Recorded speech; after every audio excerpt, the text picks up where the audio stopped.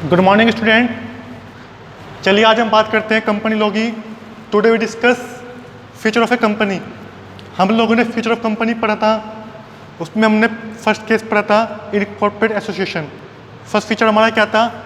Incorporate association. Second case है हमारा separate legal entity. Separate legal entity, उसमें हमने एक केस पढ़ा था इससे पहले। वो कौन सा केस था? Salomon versus Salomon and company limited. उसमें हमने देखा था कंपनी अलग होती है और जो उसका ओनर है वो अलग होता है, शेयर होल्डर अलग होता है। कंपनी सेपरेट फ्रॉम इस मेंबर। सेकंड केस आता है ली वर्सेस ली एयर फार्मिंग लिमिटेड। ये केस भी कहता है कि कंपनी अलग है, उसके जो मेंबर हैं वो अलग होते हैं।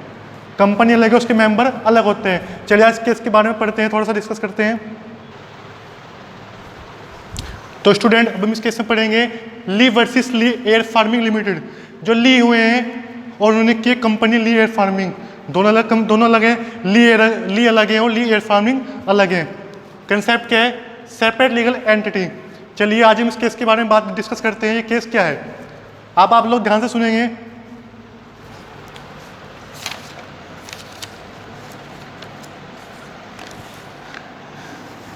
कंपनी के पास 3000 शेयर थे।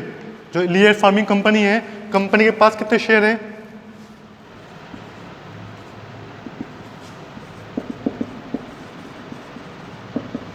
ली एयर फार्मिंग लिमिटेड के पास ये कंपनी है,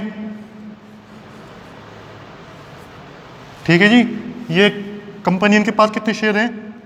3000 शेयर। उसमें से इन शेयर में से ली के पास जो शेयर हैं 2999 शेयर, और 1 शेयर जो ली की वाइफ हैं उनके पास है 1 शेयर। यानी कि एक शेयर को छोड़कर सारे शेयर किसके पास हैं? ली के पास है। अब ली ने क्या किया? जो मिस्टर ली हैं इन्होंने क्या किया है? अब देखो ली अलग है, कंपनी अलग है, क्योंकि हम कंसेप्ट क्या पढ़े हैं? Separate legal entity. अब ली ने क्या किया है? ली के पास वोटिंग राइट है 99.9%। वोटिंग राइट इसके पास है, ली के पास है, क्योंकि ली के पास शेयर कितने हैं? 2999, 2999, 3000 शेयर में से ओनली 1 शेयर नहीं है, तो 99.9% शेयर किसके पास है? ली के पास है। तो ली के पास वोटिंग राइट, पूरा वोटिंग राइट है ली के पास। तो ली ने अपने वोटिंग राइट का यूज किया और ली कंपनी के मैनेजर बन गए, मैनेजिंग डायरेक्टर बन गए। तो ली ने क्या किया? ली कंपनी के क्या बन गए? जो मिस्टर ली हैं, जो ये ली है मिस्टर ली, ये कंपनी के क्या बन गए? मैनेजिंग डायरेक्टर एंड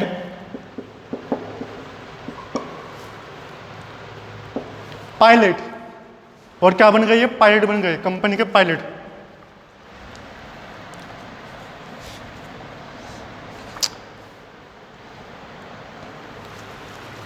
पायलट जो होते हैं, जो एरोप्लेन उड़ाते हैं, वही चीफ पायलट बन गए, ये मुख्य पायलट। और क्या बन गए? Managing director. ये वोटिंग राइट इन्होंने यूज किया तो ये दोनों बन गए। देखो जो मैनेजिंग डायरेक्टर और जो चीफ पायलट है वो कंपनी का एम्प्लॉय होता है, क्योंकि उसको सैलरी मिलती है। यहाँ पे ये क्या है? यहाँ पे क्या है? शेयर होल्डर है। यहाँ पे मिस्टर एक्स क्या है?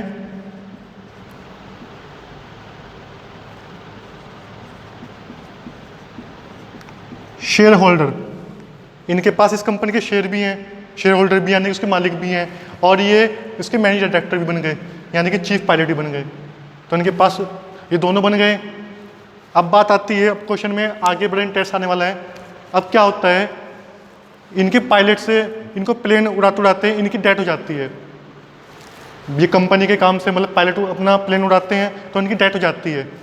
मिस्टर ली की डेथ हो गई तो इनकी वाइफ क्लेम करती है कंपनी पे कि कंपनी के काम से मेरे हस्बैंड की डेथ हो गई है, तो वो क्लेम करती हैं। अब जो जहाँ पे क्लेम करती हैं वो वहाँ पे मना करते हैं कि हम इनको क्लेम नहीं देंगे। कि क्यों नहीं देंगे क्लेम? जो मिस्टर ली हैं और जो ली एयर फार्मिंग लिमिटेड है, दोनों एक हैं। उन्होंने, जो वहाँ के एडवोकेट थे, उन्होंने अपना जजमेंट ये दिया है कि जो ली है और जो ली एयर फार्मिंग है वे दोनों सेम पर्सन हैं। क्योंकि कंपनी उन्हीं की है, सारे शेयर उन्हीं के पास है, एक शेयर को छोड़कर। ठीक है, तो सारे शेयर इनके पास हैं, इसलिए जजमेंट क्या आया कि ये दोनों एक हैं। फिर ये बात कोर्ट में गई, केस फाइल हुआ, फिर कोर्ट के जज ने जो जजमेंट दिया है उन्होंने कहा है नहीं, ली अलग है और ली एयर फार्मिंग कंपनी लिमिटेड अलग है। क्यों अलग है? क्योंकि ली यहाँ पे क्या है, कंपनी में शेयर होल्डर है, ये तो बात सही है, लेकिन सेम टाइम में 1 पर्सन एम्प्लॉय भी बन सकता है कंपनी का और ऑनर भी हो सकता है। ये बात कोर्ट ने कही है, कोर्ट के जजमेंट में आया, इसलिए उनकी जो वाइफ है वो क्लेम कर सकती है। ली की डेथ हो गई है, तो ली की डेथ कैसे हुई है? प्लेन को उड़ाते उड़ाते, कंपनी काम से प्लेन को उड़ा रहे थे, वो पायलट थे ना, चीफ पायलट थे, तो उनकी डेथ हो गई है। तो उनकी जो वाइफ है उन्होंने क्लेम किया, तो वो क्लेम उनका अप्रूव हो जाएगा। ये कोर्ट का जजमेंट आया। इस केस को हम बोलेंगे ली वर्सेस ली एयर फार्मिंग लिमिटेड। एक बार तो वहाँ से फिर मैं आपके सामने बताता हूँ क्या हुआ इस केस में। मिस्टर ली थे, ठीक है, इनके पास ली एयर फार्मिंग लिमिटेड के शेयर थे 2999, 3000 शेयर में से 1 शेयर ली की वाइफ के पास था, ओनली 1 शेयर। तो ली के पास 99.9% वोटिंग राइट था।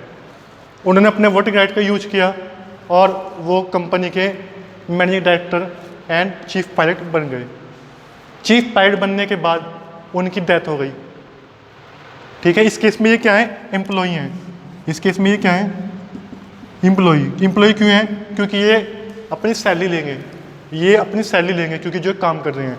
और यहाँ पे क्या है? शेयर होल्डर को सैलरी नहीं मिलती है, उसको क्या मिलता है? डिविडेंड, उसको प्रॉफिट में हिस्सा मिलता है। और ये इनको क्या मिलती है? सैलरी मिलती है। तो यहाँ पे ये यहाँ पे क्या है? यहाँ पे ये शेयर होल्डर यानी कि ये कंपनी के ओनर हैं, और यहाँ पे क्या है? ये एम्प्लॉई हैं कंपनी के। फ़र्क आया? तो जजमेंट क्या आया? जब ये एक्सपायर हो गए ली, तो इनकी वाइफ ने क्लेम किया कि भाई कंपनी काम से जा रहे थे वो प्लेन में और वो एक्सपायर हो गए हैं, उनकी डेथ हो गई है, तो मुझको क्लेम चाहिए।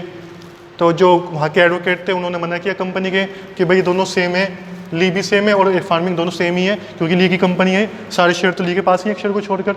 लेकिन कोर्ट का जजमेंट क्या आया? कोर्ट ने कहा नहीं, इनकी वाइफ को क्लेम मिलेगा क्योंकि वो यहाँ पे एम्प्लॉय भी है। एक पर्सन सेम कंपनी में सेम टाइम में 1 पर्सन यानी कि सेम पर्सन सेम टाइम में सेम कंपनी में ओनर भी हो सकता है, यानी कि शेयर होल्डर भी हो सकता है, और एम्प्लॉय भी हो सकता है, वो दोनों काम कर सकता है। तो इसलिए ली को लगवाना गया ली एयर फार्मिंग लिमिटेड से। तो ये केस क्या आया? तो अब जो उनकी वाइफ क्लेम कर रही हैं उनका अप्रूव हो गया है, कोर्ट ने उनको अप्रूव कर दिया है। ये केस था ली वर्सेस ली एयर फार्मिंग लिमिटेड का। तो ये कंसेप्ट क्या फॉलो हुआ? सेपरेट लीगल एंटिटी, ली अलग है और ली एयर फार्मिंग लिमिटेड अलग है। तो हमारा सेकंड केस था। बहुत फीचर पढ़ते हैं, थर्ड फीचर हम अब आगे पढ़ेंगे अपनी नेक्स्ट वीडियो में। इस वीडियो को मैं यहाँ पे रखता हूँ। Thank you. कोई भी डाउट हो तो आप मुझसे कॉल करके पूछ सकते हैं मेरे कॉन्टैक्ट नंबर पर। Thank you.